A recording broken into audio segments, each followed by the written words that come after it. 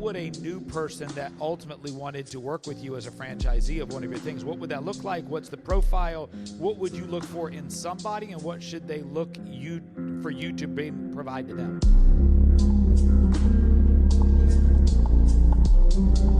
What's up, guys? Welcome back to another episode of the Ground Up Podcast. We have a great guest today, someone I've known for a little while now in the community that we're a part of called Astra Flipping. His name is John Galan. John Galan is the owner of Easy Res. He also is currently doing over $100K a month in deals and wholesaling. If you're looking to be a wholesaler, this is somebody you want to learn from. He also is looking to run an event in January called Level Up Summit. So you guys are looking to level up your life in business and wholesaling. Please take a look at that event. We're going to send you John's Instagram as well and put that within the chat down below within the description. So you guys can go and check him out and go into follow him on that Instagram. John, how you doing today? Doing great, man. How you guys doing? The Mats. Fantastic. Doing good, man. Good to see you. So tell me a little bit how business is going, man. Yeah, business is good. As you said, we're doing over 100. We average around like 120,000 a month for gross revenue on our wholesale business in Florida. And we currently have about 15 people on the team, looking to get that fully delegated to where me and my business partner Helena don't have to do any of the day-to-day operations. Yeah. And so we can move into the next market and then eventually get into maybe 3 to 5 different markets for the corporate locations, then franchise it out. So how far away are you from you guys being able to step away a little bit? I would say we have to delegate out the dispo side first, and then after that, get our direct-to-seller side up and running, and we should be basically good to go. We just need an Alps guy, and we're done. Awesome. So for those of you who don't know this, so there's acquisition and disposition side of wholesale. Acquisition is somebody who's looking to acquire the properties and get them under contract, and the disposition side is someone who's selling those contracts over to buyers. So you guys are looking to get somebody to take over the dispo side. So with that, you have a lot of relationships with buyers. Like Helena has a lot of relationships with these buyers. How are you going about taking those relationships that she has and transferring to somebody else? Is there a process you guys put in place for that? Yeah, so we're not necessarily she's maintaining the VIP relationships because she's got a great relationship with them and they like to talk to her. Yeah. But it's more so like everybody else, it's kind of like you get a deal, we give somebody a deal to work, they start calling all the people in that area. So some of them might be on Helena's list, and Helena might just say, hey, call them. Like, I don't really have a great relationship with them. They don't really know me. I don't really know them. So by all means, like, she would rather delegate off people on her list to the team members so that she doesn't have to talk to everybody and can start working on better on the business type of stuff, like strategic partnerships. Like, we are taking down a land in St. Pete we bought last month, and we're taking down another property in St. Pete this month that we're partnering with a developer that was on our buyers list, and we're partnering with and doing new construction on both of them. Okay, so now you're leveling up now. So you've gone from building up this wholesaling business and now to start acquiring properties, building complexes, things like that. Correct. So let's go back a little bit here where you started as an entrepreneur. I know we're going to kind of go through the journey of John when John was young to John to entrepreneur, but in general, so tell me about what made you come across the mindset of being an entrepreneur. It wasn't intentional. I was a CPA at first. First of all, I started off as an art major in college, and then slowly, not really slowly, but 2.5 semesters later, I realized I'm not going to make any money with this, and I don't really like being graded on my opinion or somebody else's opinion. Yep. So I decided to switch my major, and then I got into accounting mostly because I was like, I like numbers, and it started with the letter A, and I was going down the list of different majors, and I was lazy. I wanted to go out and go drink with my friends, so I just selected accounting because it was the first thing. I didn't even make it to B. And then my first teacher, the first class I took, you have those teachers in your life where they actually teach, you know what I mean? And it's somebody that I wanted to do really well in the class. I wanted to, basically be the best student he's ever had. So I liked accounting as that. So, fast forward, I graduated. I didn't have any internships because I was an art major at first, so I never interned during the summer. And I also didn't care to intern because I was kind of lazy. And I just wanted to chill out over the summer. So once I graduated, I started just studying for the CPA exam straight out of graduation, passed that. And then once I passed the exam, I still didn't have a job. So I was working at a recruiting firm. And the whole goal was once the tax season was over, they were going to get me a job for one of their clients. So that happened. Then fast forward, I was in CPA, public accounting for 4 years. I started my own tax business kind of on the side just to make more money for the last 2 years I was in public accounting. And then that last year, I was, it was in December, and I was on a ferry and I was listening to a podcast, because after doing, people's taxes, I started seeing where most people were keeping their money and making their money, and it was real estate.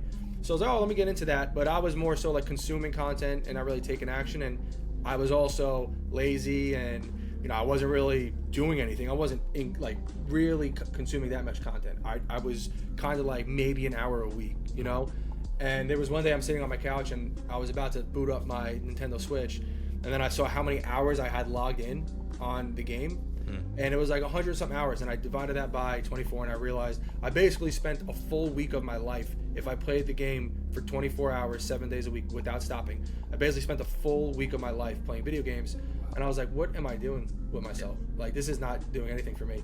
So I stopped playing, and I was like, I'm changing something.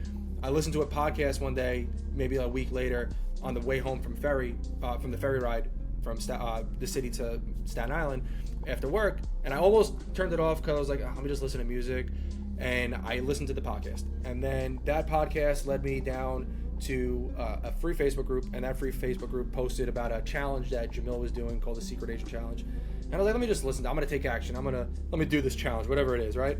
Get on the challenge, listen in. I enter a competition to get into and meet Jamil and Ryan and Pace and all those people. And I didn't realize it was a sales pitch for Astro flipping. And, I get on the phone call thinking, here I am winning entering into a sweepstakes. Yeah. And they told me yeah, you'd be perfect. Okay, so now how do you want to pay? And I'm like, what are you talking about? I was like, I didn't say I was joining anything. And then I remember this moment so strongly because it was definitely a defining moment. I just remember thinking how the hell did I get here? And not even lying, and I'll never forget that exact moment as if it was yesterday. I'm just sitting at my desk and I'm like, it's a lot of money. Do I want to do this? How did I get here? And I thought back of everything that led me up to this spot, and I felt such a strong gut feeling do it. You know what I'm saying? Do it. Doesn't matter how much, just I'm telling you right now, there's moments in life where there's an opportunity. It's either, you're going to seize the opportunity and your life's going to change, or you're going to pass on it and you're going to live in regret. So I was like, let me just do this. So I was like, screw it. You guys take payment plans. Let me ask you this question, John. I'm not joined Astro flipping. I know Matt has and you have. So you guys have both crossed that threshold. If you look back in retrospect and say, if I didn't pay that at that time, would you have ever taken this seriously? Or that was the thing that you needed to take it seriously? It was a thing I needed for sure. I was for 3 years, I'm going to do something real estate, and I didn't do anything. And I've always felt that guilt. So if I was just doing nothing and watching TV, I would feel guilt. If I used to smoke weed, when I was younger, and when I smoked weed, I would always have anxiety, and I would be fearful of the future because I knew I wasn't doing what I was supposed to be doing, right? So that was a moment that it basically was listen, you have to take action now. You have money involved. You have to start doing it. And so a month after I joined, and I watched all the videos, and then I started taking action in January. And I was balancing that with my CPA business and my CPA W-2, which during busy season, for the W-2 alone, I had to work 9 to 9, 6 days a week. Yeah, so you talked a lot about how, before you describe yourself as lazy, and no one would call you lazy now. Right. No one would ever call you lazy now. And I think what you talked about, when you said you were consuming content, you watch a video at YouTube, and when you are lazy, you're like, all right, man, I've done a lot today. Look, hashtag entrepreneur life. You're yep. Watch my one YouTube video, I'm good to go. How did you get from? Obviously, you put the money in, but then, and I get that feeling because I've had it my entire life too as well. I just feel like I'm not doing enough. There's something that I'm missing, and I'm not doing it. You have that anxiety, like you said, it just presses at you every single time, every single day. You just don't get what you need to get done. You're like, you're lazy, you're a piece of shit, or whatever you want to say about yourself. You say it over and over again, but you focus a lot on mindset now. Yep. So from that point, obviously, do you look back on your life a lot and think about that to focus to drive yourself forward, or do you just focus on just the future in general? No, it's a bit of both. You need reflection, because if I'm always just focusing on where I plan to go, I'll never be grateful for where I'm at, you know what I mean? Yeah. So I always have that little bit of reflection. I'm just thinking back, wow, look how far I've come, I like to journal, I don't journal every day, I journal every weekday. Yeah. Basically, I don't really journal on the weekends. But every now and then I'll go back, I'll pick open one of my journals and just read one of the passages every now and then, and I'll just be like, damn, those are my problems 2 years ago. Like that, I was still trying to get my first deal, or I was trying to make $20,000 and do my third deal, like, and now look where I'm at. And it just, reflection and reading those journals, it's more so I have like that, it's the reverse gap, you know? So I have that sense of like gratitude for how far I've come, and I've noticed like, hey, I was dealing with that issue then, and you know I got over it, and look where I'm at now, like how far I've grown. So it's always a good to just kind of remember, you know, where you came from and how far you've gone, you know. And then if you have a similar issue, like any issue I'm facing now, like I've already faced it kind of before, or in some sort of way. It might be, you know, maybe a more expensive issue now, or more people involved, but it's the same type of issue nonetheless. It's just adversity. So like I just know like, hey, I've gone through all of this stuff, like, you know, nothing's gonna stop. I always find the solution. It's just, instead of, you know, kind of dwelling on the problem, let me just figure out what am I gonna do to get out of this. Let me ask you this, John. You mentioned before you got super busy, and I understand you're incredibly busy now, you had that guilt of sitting down playing video games or sitting on the couch. When you sit down on the couch now, when you sit down to relax, do you still have a little bit of that guilt, like there's more work I could do? Or did that go away because you know you're putting the work in?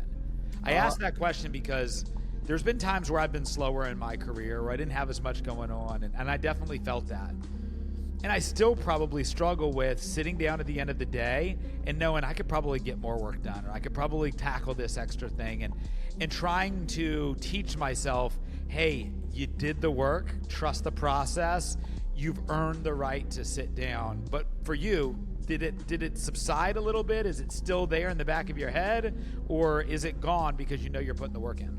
Yeah, I mean, usually if I sit down to go relax on the couch, I probably wind up just passing out within 2 minutes. But no, seriously, like it depends, honestly. If now I like to see like what are the major things I have to do for the day, and if I do those major things, like there's always more work I could do, always, right? But if I've done the major things I wanted to do for the day, if I sit down, like I scheduled this time to relax and not do anything. Like if I'm sitting down and doing something on education, or if I'm doing something like, even if I'm just watching Netflix, you know, it's time that, like, I knew I was going to do this anyway. So there's no reason to feel guilty about spending my time how I had already planned to spend it, you know? And if I did my tasks early, if I woke up early and I got a lot done and I did the major things I needed to do for the business that day and it's done, I mean, I might as well like enjoy my life, right? And not feel guilty, because like some of the, like, I forgot what the exact 5 are, but some of the I forgot what the book was called. It was an article where somebody asked a couple people on their deathbed, like, what were their regrets, and like the top 5 regret was like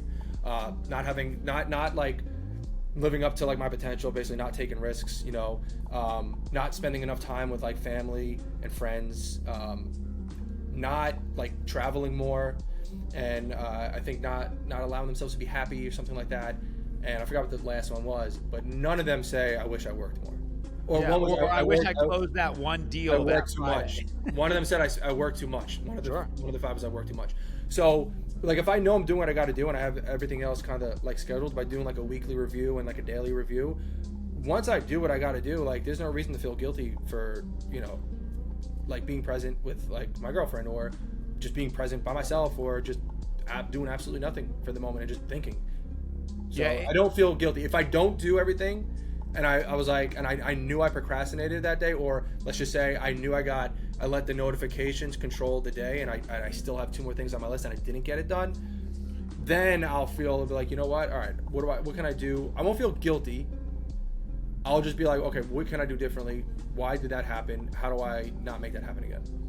Yeah, I think it's important, and the reason I asked that question is because, you know, depending on what type of social media you digest and the volume of social media, there has been a very large shift, and I think we're actually shifting off of this in general social media, which is like the grind it out mentality, right? You've seen that for the past couple of years. Wake up at 4:30, work out for 4 hours, and then eat nothing but 1 time a day and work until you drop. I mean, I always give Matt Walton here a tough time because his favorite guy is Alex Hormozy, and that's kind of his whole strategy is like you wake up, work out, work until you fall asleep, and don't have any other thrills in your life. Now, both Matt and I are parents, we're husbands, And so that balancing act of building a business and being as successful as you want to be, and the challenge that I face and Matt faces and you face, while also making sure that the things that are really important are, why are we working so hard? Why are we wanting to build what we're building? What does that give us the ability to do? The financial side of it, the freedom, the flexibility. That's one of the advantages that I don't hear a lot of entrepreneurs talk about, is that if I want to, when my daughter is playing in a softball game in a couple of years and I want to be able to go to her softball game, I don't have to ask my boss for permission. I can just go.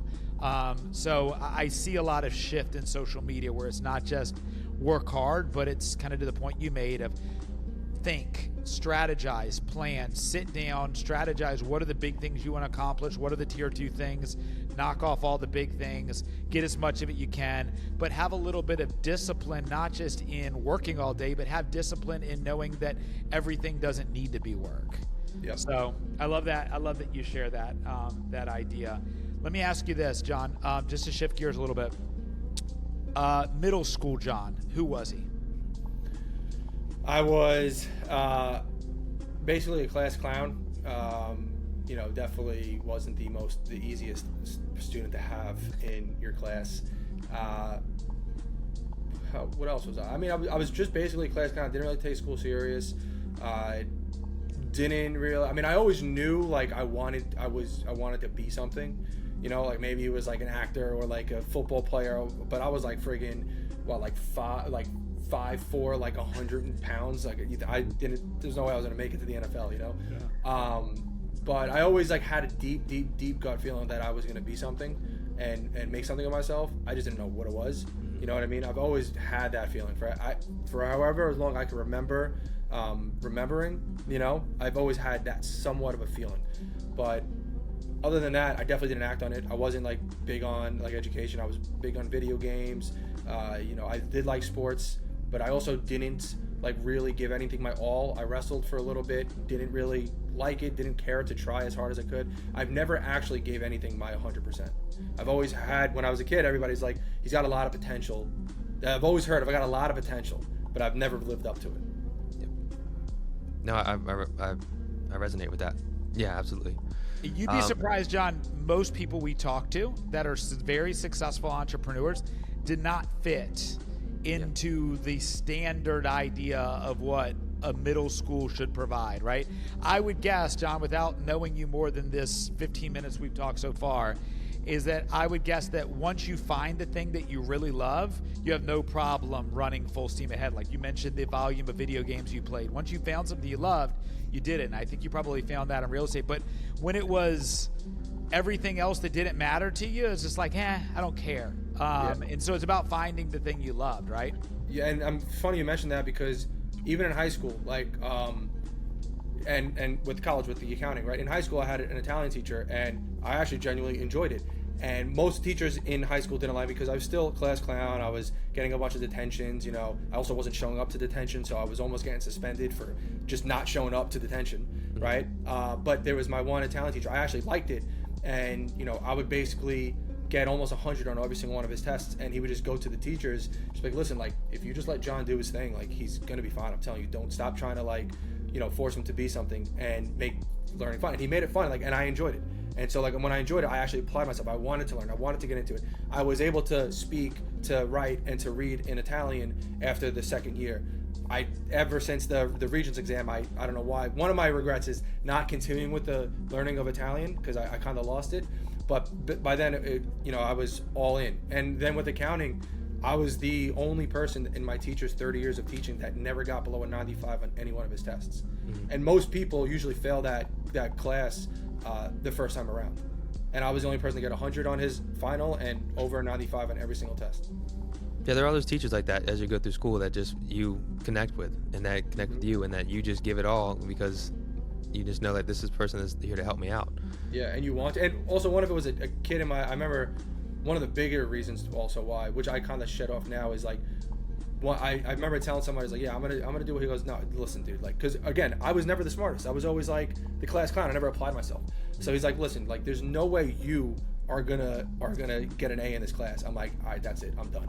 And like, so I was like, I'm doing it more out of spite. So I would spend, I'd read the whole textbook probably like 6 times that semester, right? And every time before a test, I would break out, and this is where I think even the systems to now come into play. That's where I learned a lot. If I knew my test was Monday, right, I would spend Friday, all of Friday, and it's usually on three chapters a test, right? Friday, I would spend all in one chapter. I'd only worry about that one chapter. I wouldn't care about anything else. I would read the whole textbook. I would redo all of the questions. I would test myself on that chapter. Then on Saturday, I'd do the next chapter, and then on Sunday, I would do the 3rd chapter, and then at the end, I would do a recap of all 3 chapters, and then I would teach people that were also in my class that needed help with that. And then on Monday would come, I would take the test, and I would be completely fine. Wow, yeah. For me, studying was never a thing. Studying was never a thing because It was the only class I studied for, and I even had one teacher that shared office hours with that one teacher, and she goes, she's like, why don't you like my class? I'm like, what are you talking about? She goes, you never show up, but you're always here for him. And I'm like, I really don't know how to answer that. I'm sorry. Would I be interested to know next is, you guys talked a little bit about the success your current business is in, and then the scaling of where it's going. I've talked to Matt a little bit, as you know, we've got a virtual assistant business, and we've talked about the scaling idea, and he has shared with me some of the things that he knows about how you scale and how you develop and identify people. Can you talk to me a little bit about how you identify the teammates within your team and the idea around developing of the team as you grow?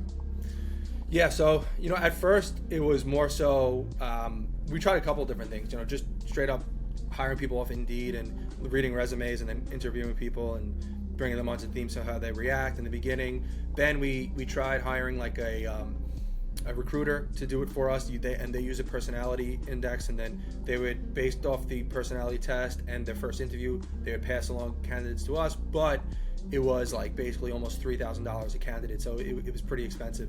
And then we were just like, dude, screw this, let's just like learn it ourselves. So we wound up hiring on a personality test, which is called Culture Index, and we went to Arizona for a 2-day in-person workshop. So we're learning how to read the test ourselves and put notes. So now if we get 300 applicants, we maybe only interview 20 of them because the other ones don't pass the test with the personality test, meaning like they won't be the right person for the seat right now. They might be good for a different seat. Like I could tell by reading a test, that person's an introvert. They do not want to get on the phone. They'd rather text.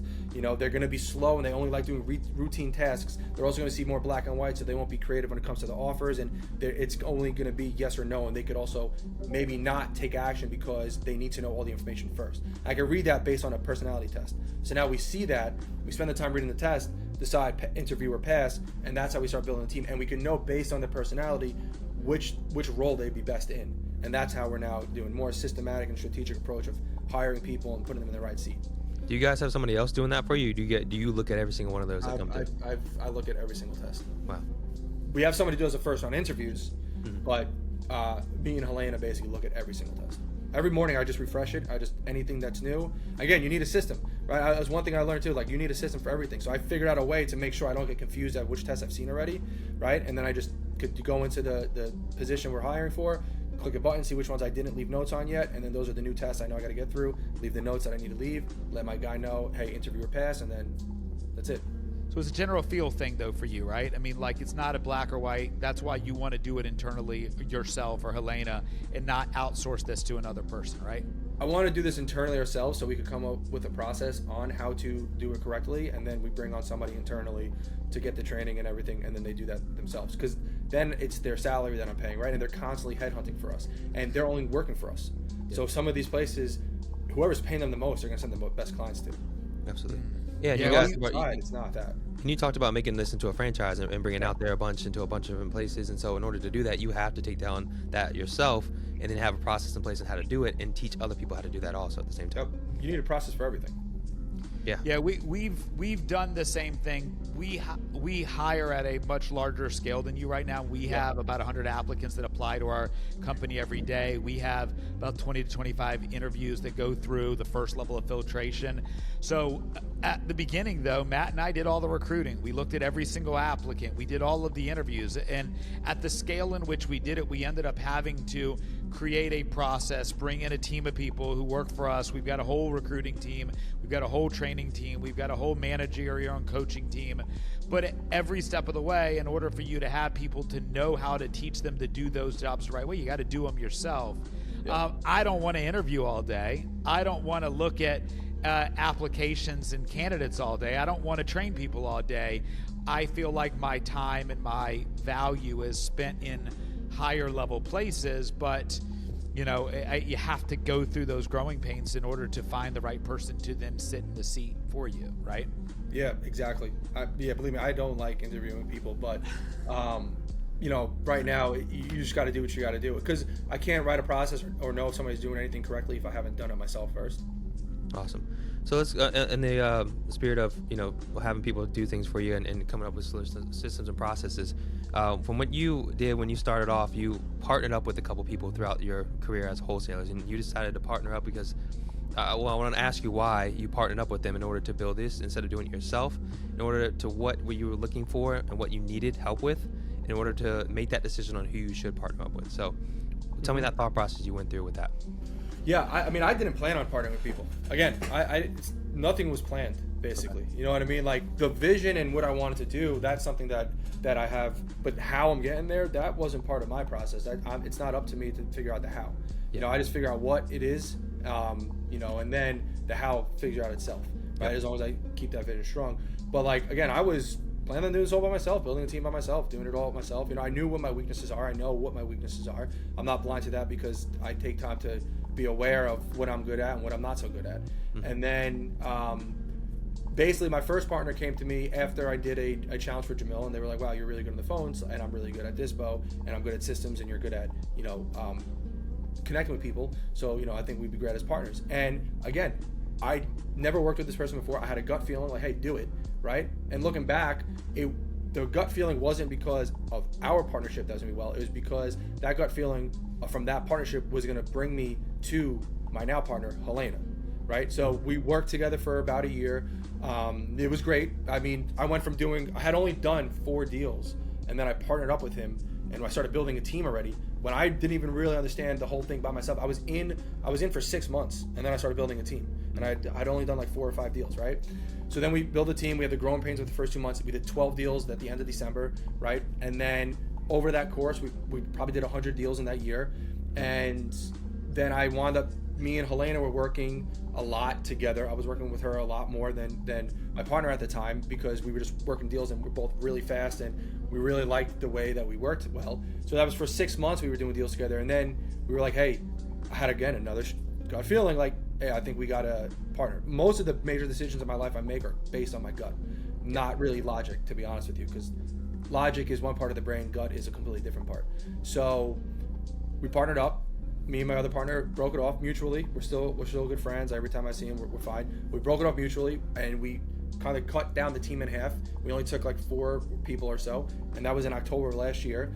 And then me and Helena went on building it. We got more people than we had last time, doing more deals than we did the last time. And now we're in, we've got some multifamily. We're doing new construction, and we're working on scaling this even more. So we're talking about all your successes now and how many deals you're doing now. And you said that it's within 6 months, I guess, when you starting to doing 4 deals in that 6 months. I know the story about what you went through on the adversity of that, but Matt doesn't know yet. And I would like you to talk about how long did it take, what your process was trying to get those deals in, and how much of a struggle it was, and how you kept moving forward during that. Yeah, so when I first started, I started actually taking action January 24th, 2022. And I got my first deal done on April 15th. And during that time period, I was juggling my W-2 job, which was basically 12 hours a day, 6 days a week. I had my side tax business, which mostly didn't really start happening big time until the last 2 weeks of busy season, but I still had prep work and all that stuff I had to do in the meantime. And then I was also trying to wholesale. So I was like, I got to figure out how I got to put in 4 hours at least a day on wholesaling. So I would wake up at 4 or 5 in the morning. I didn't have a morning routine at this time. I was just working from 4 or 5 in the morning till 9 on my W-2, then from 9 to 12 on real estate, then basically from 12 until 9 o'clock or 10 o'clock on a mix of both, making sure I got done what I needed to get done. And that was 7 days a week. And then after I got my first deal done, it wasn't planned. Like, it wasn't like I did it.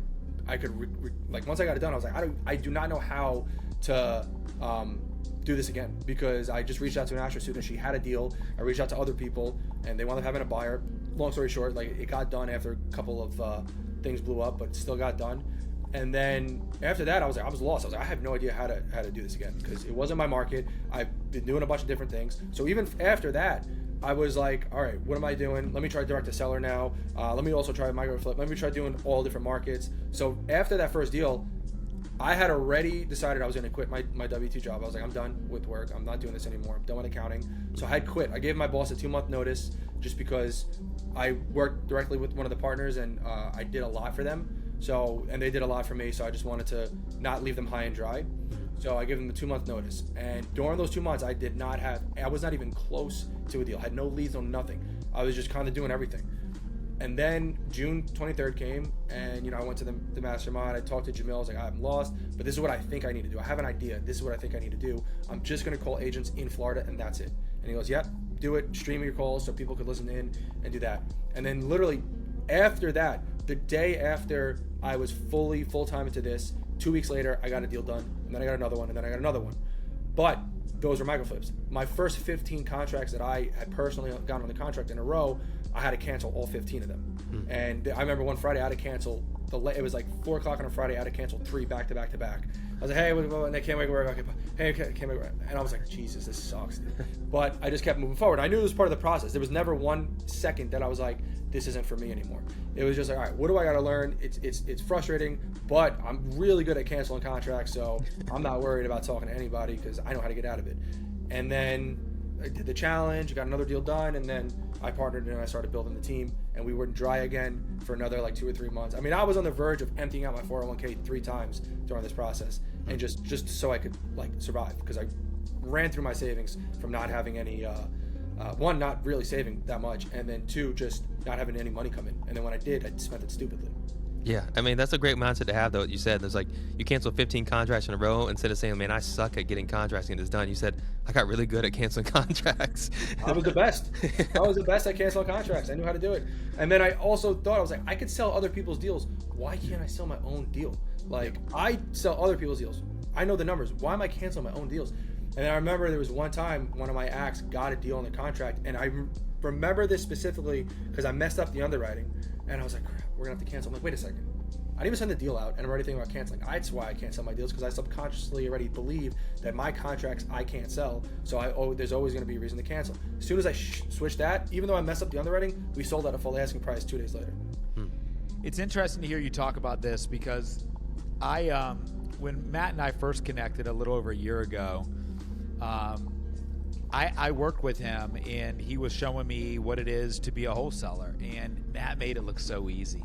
John, I'm not joking when I say we got a deal under contract in day 2 of me and him making calls together. And it was just pure luck. It was no skill, no talent. But man, it just like I was telling everybody, I just turned this deal in this time. Like, it's that quick, this easy, that easy. But now we deal so often, I would say 30 to 40% of our clients with our VA business are brand new guys. A good percentage of them never closed a deal before.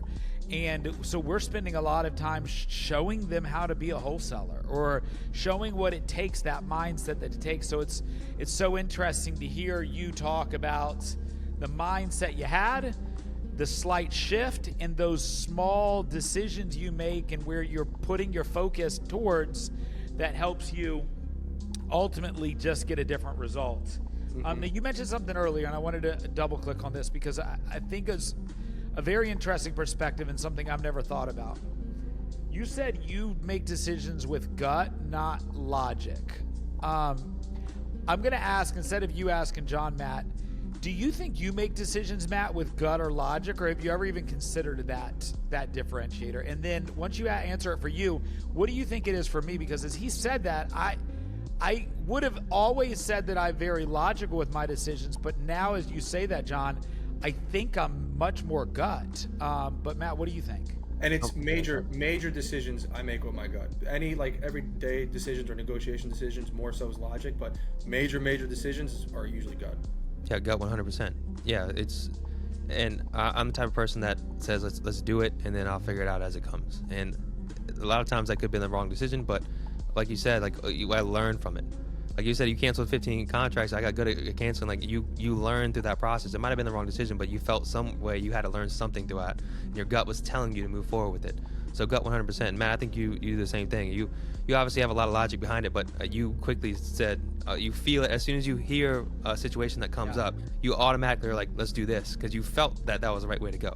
Yeah, it's interesting. It's a good perspective, John. It's just, as you said it, it's like, oh, that makes total sense. I've just never considered it. I think I'm very instinctual with how I do things. I hear it, I'm very decisive, but I never considered it that it's more gut instincts than it is like, just deciphering the information and being logical with it. So yeah, and the gut is your intuition. It's like, that second brain. So like the more attached, or not really attached, but the more aligned you are with your purpose and your mission and like your goal, right, then the more intuitive feelings you're going to have pulling you towards it. So even if on paper it looks like it was the wrong decision you made, it actually wasn't, because it was a decision that was necessary to be made in order to keep you on that path.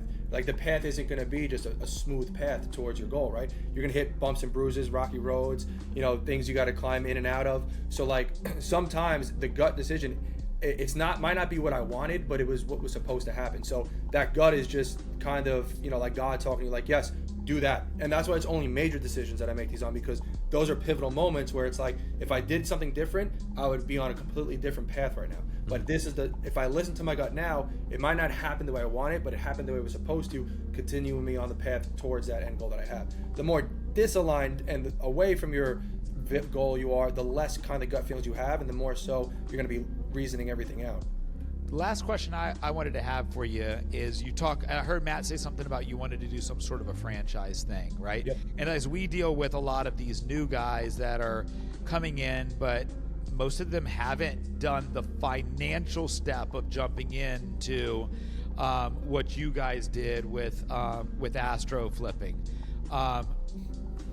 What would a franchise model look like for you? And if we've got somebody that's coming in to this world, maybe you're not there yet, right? But maybe as you build it, what would a new person that ultimately wanted to work with you as a franchisee of one of your things, what would that look like? What's the profile? What would you look for in somebody, and what should they look for you to provide to them?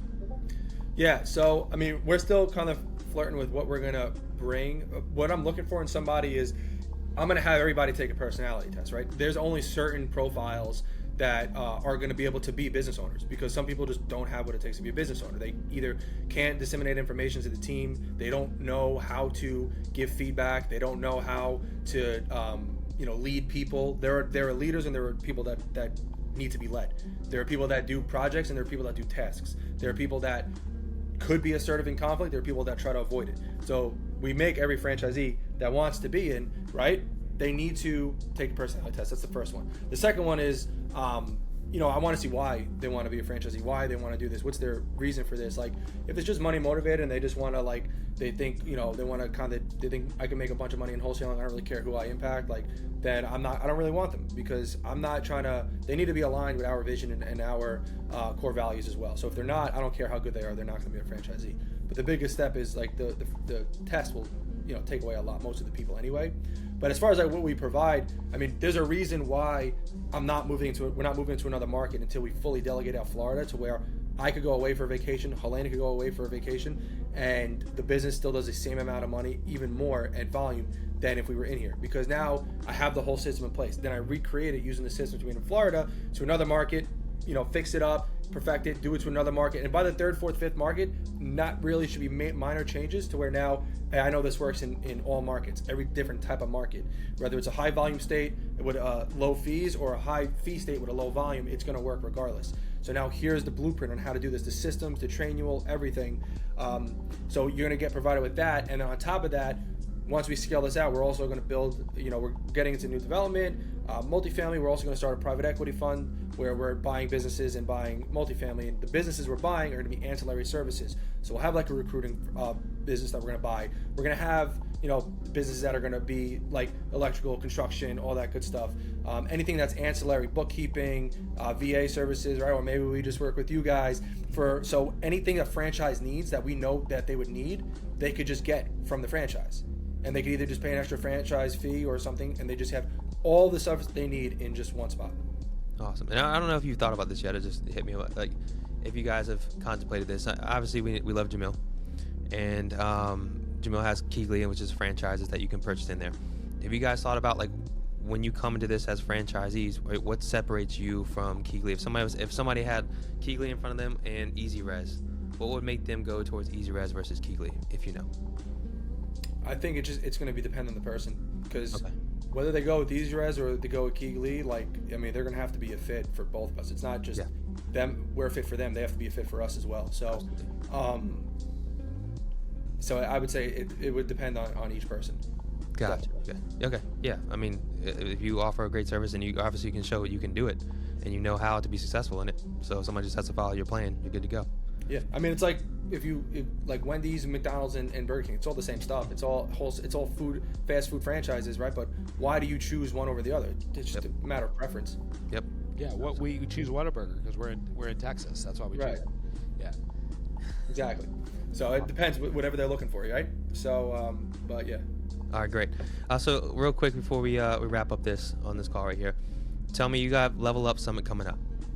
Yes, that's I think it's February 28th to March 1st, I believe. I'll give you the link so you can put it in the description, but it's basically going to be a 2-day event in Orlando, Florida at the Gaylord Palms Resort. And we're going to have people like Jamil Damji, Chris Crone, Vina Jetty, Nick Perry, a couple of people that are speaking. I'll be speaking as well. And it's just going to be for basically anybody trying to level up their business or in real estate. And yeah, it's going to be a lot of fun. I mean, I think if you got like VIP tickets, on the first Friday night, we have box seats for the Orlando Magic game. And I think some of the speakers like Chris and Jamil are going to be chilling in the box with us. And then you also have access to like the houses that we're all staying at. So anybody wants to come network, feel free. Awesome. And how do people get a hold of you? I know you have Instagram. We'll link your Instagram handle up here as well. And you put a ton of content, a ton of helpful content on your Instagram as well. So anybody who's looking to learn from John, join his Instagram. You also have a Facebook group, right? Correct. Wholesaler Resource Network. I go live every Tuesday at 3 p.m. EST just to answer any questions. Awesome. Great. Okay, we're going to shift over into this next segment that we do, which is kind of it's 15 questions-ish, where we kind of ask you questions in order to build some content off of for you to give some quick replies back to, so you can build some clips off of and put it out on your Instagram and social media, and to, obviously to help people out. So we're going to switch over to this phase next. Cool? Let's do it. Cool. I'll get started first. All right, John, so you mentioned that you, at the beginning of the podcast, you had mentioned that there was a period where you were consuming a lot of content. Now you create a lot of content. Who's your favorite content creator that you're consuming? One inside of the wholesale industry, outside of yourself, and one not in the wholesale industry. Inside the wholesale industry, I would probably say, that's tough because there's like three. I mean, I watch so many of them. Maybe give me one under the radar. Cody Barton. Perfect. How about outside of the industry? Wayne Dyer. Okay, never heard of either of those names. That's a good start. Absolutely, Matt. What you got? Awesome. All right, so you talked again about being lazy and breaking those habits, because even though you paid $10,000 for the course, you still have habits you got to break. So give me 3 tips you have for somebody who might be lazy and is looking to break out and to actually become an entrepreneur and be successful. Yeah. I don't think you're necessarily lazy. I just think you're overwhelmed. So what I highly recommend is, what started helping me out is planning my weeks and planning my days by just sitting down for at least an hour and going through all the stuff. I brain dump. I have a to-do list, and if I don't want to organize it yet, I'll just put it all on paper. So I brain dump, so it's out of my head, so I don't think about it. And then maybe at night or first thing in the morning, I'll organize it in based on the categories I have, and then figure out, all right, what is important? What do I got to do this week? What can I do later? What is not important? What can I do in the weekends? What can I do on Saturday, Sunday, right? So I started doing that, and then using my calendar and then planning out each day, like, all right, I'm going to do this time, do this, do that, but still leave that kind of buffer room. So just in case if you don't want to stack it too much where if you miss one thing, everything falls down and you start getting overwhelmed with your calendar and you start procrastinating that way, right? So I would say scheduling time to do things and figuring out what it is you're thinking about. And if you're ever procrastinating something, ask yourself, like, what am I procrastinating and why? And you could see, like, it might be something that you have to do that you're maybe not used to doing, sure of, so you don't know enough, but sometimes it's good to figure out what am I procrastinating about. And then if you're lazy, like to go to the gym or whatnot, like, set your goal. Like, instead of thinking about the whole process, it sucks, right? Think about the end goal. Like, hey, I want to get healthy. This is me getting healthy. That feeling I feel after the gym, I feel really good. Let me go change my clothes really quick. Let me put on some video. Let me stand up from the couch, because if I'm sitting down, I'm not doing anything. Let me stand up, move around, just walk outside, do something. But make the decision. Once you make the decision, it's very easy to continue to go. You mentioned earlier that you like to journal, and maybe you could be better at it, but you like to journal. When you do journal and you're really solid at it, what do you gain out of that? So I start off by, I'll write down the date, and then I'll do 5 things I'm grateful for, and then I'll put what time I woke up and what time I went to bed, because I also like to see, like, my sleep schedule as well. And I'll even write, like, hey, I didn't really sleep that well tonight. I was tossing and turning. I felt this is this. I kind of dreamed about this.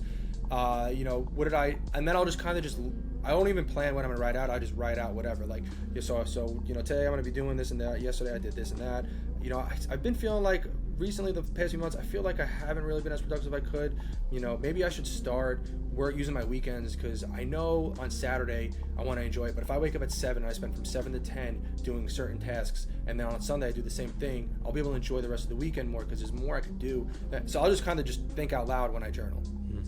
And then usually on Monday I just recap what I did for the weekend, anything major or anything that I want to remember, like, I'll put it down there. Any problems that I have, hey, I've also noticed I've had this problem for the past 3 months, let's do something about it today. Awesome. What are 3 things you recommend a new wholesaler do when getting started? Easy. Set your intention. What are you even doing this for? Like, do you plan on building a big wholesale business? Do you plan on building a small one? Do you plan on being in multiple markets, one market? What do you plan on just using the capital to invest into fix and flips, because that's a real thing you want to do, or invest into multifamily? Like, what are you using wholesaling for? Figure out your intention so you could figure out what the destination is for your wholesale business, and you could plan accordingly. Then pick your market. The intention is going to help you pick your market. If you want to fix and flip in DFW, you're not going to start wholesaling in Florida. Are you going to start wholesaling in DFW? So pick your market next after you get your intention done, and focus in just that one market. Start in like just one county maybe, and then expand out. Don't do the whole state. And then after you get your intention in your market, pick your outreach method. Am I going to go direct to seller? If I'm doing direct to seller, am I going cold calling, direct mail, or am I doing PPC, PPL? Am I going to go direct to agent? Am I calling listings, or am I just cold calling agents? Or am I going to be a JV guy and I'm just going to get buyers? Like, what do I want to do? That's all going to tie back to your intention as well. So set your intention, pick your market, pick your method. What areas of your business right now today, John, do you feel like you maybe need to improve on the most, or you struggle with the most on a day-to-day basis? I would say delegating at our dispo side, building our direct-to-seller team. We just started it like 3 or 4 months ago, so getting more intentional on building that part out, and getting more direct contracts from our agent side. Awesome. So, advice you would give to a wholesaler that's doing 1 deal, 2 deals, maybe 3 deals a month, that wants to get to the level of John Galan, that's doing 10 plus deals a month, 100 grand a month. What do you think are a few key things that wholesaler needs to do in order to get to that level? Yeah, stop being greedy. Most people that stay around the 1 to 3 try to do both the ac and dispo side themselves the whole time.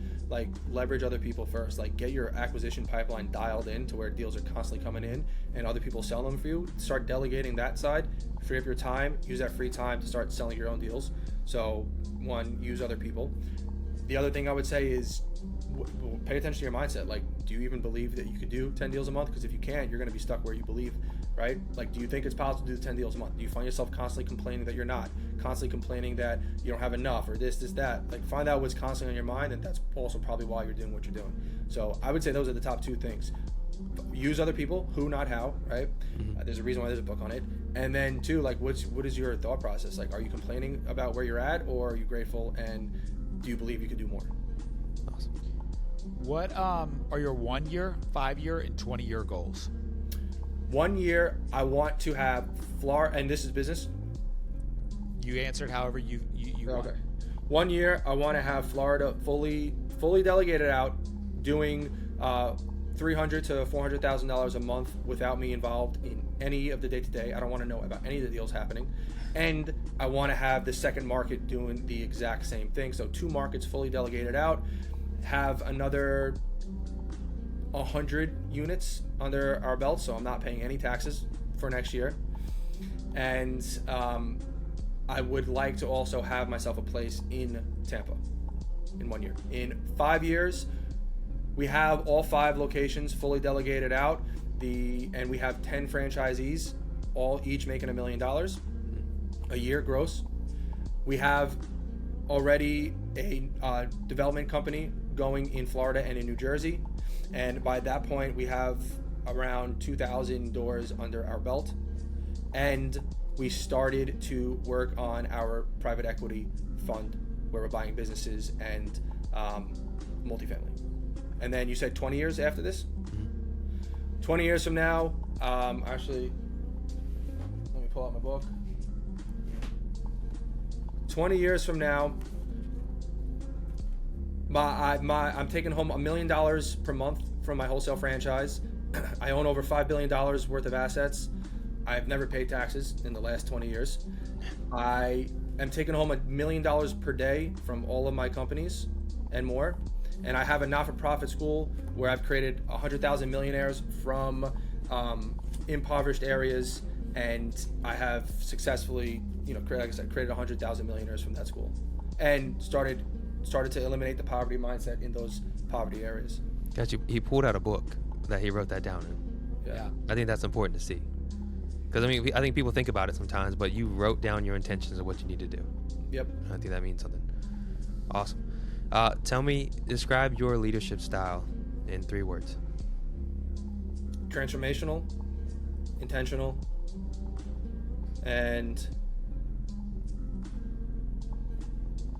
always improving. Awesome. All right, so I'm going to ask the last question I always ask, but Matt, do you have any other questions before I ask the last question?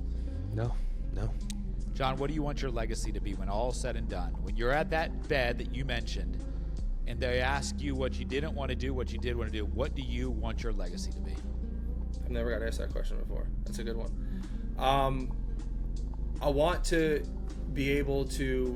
look back and just know that every single person that I've ever had contact with, I've impacted in some way or another for the better, and I've helped them realize that they could do whatever they want in this world as long as they have the belief and that they know that they have the capabilities. And I want the world overall to be vibrating at a higher frequency as a result of me spreading my message throughout the world. Awesome. It's not about the money. It's not about what I'm building. I'm building it for a reason, so I don't have to rely on a government to be able to start that not-for-profit school, have all the money I want so I could invest and help fund other people's purpose projects, right? So I could keep some of like the animal hospitals open, or the places where so they don't have to keep euthanizing all these dogs, because I know those are somebody's purposes right there, so I could keep giving them the money and just try to eliminate that poverty mindset and make the whole world overall like happier and more connected and loving place. That's awesome, man. That's awesome. Well, John, thank you so much for being here on the Ground Up Podcast, man. I appreciate it. Thanks, both of you guys. Appreciate it, buddy. For those of you who are watching, please follow John on Instagram. Learn a lot from wholesaling and how he's building his business in general. Go and check out the Level Up Summit. Click the link and get your tickets for it. Follow us here on the Ground Up Podcast. We look forward to seeing you guys again with new content. Thank you so much.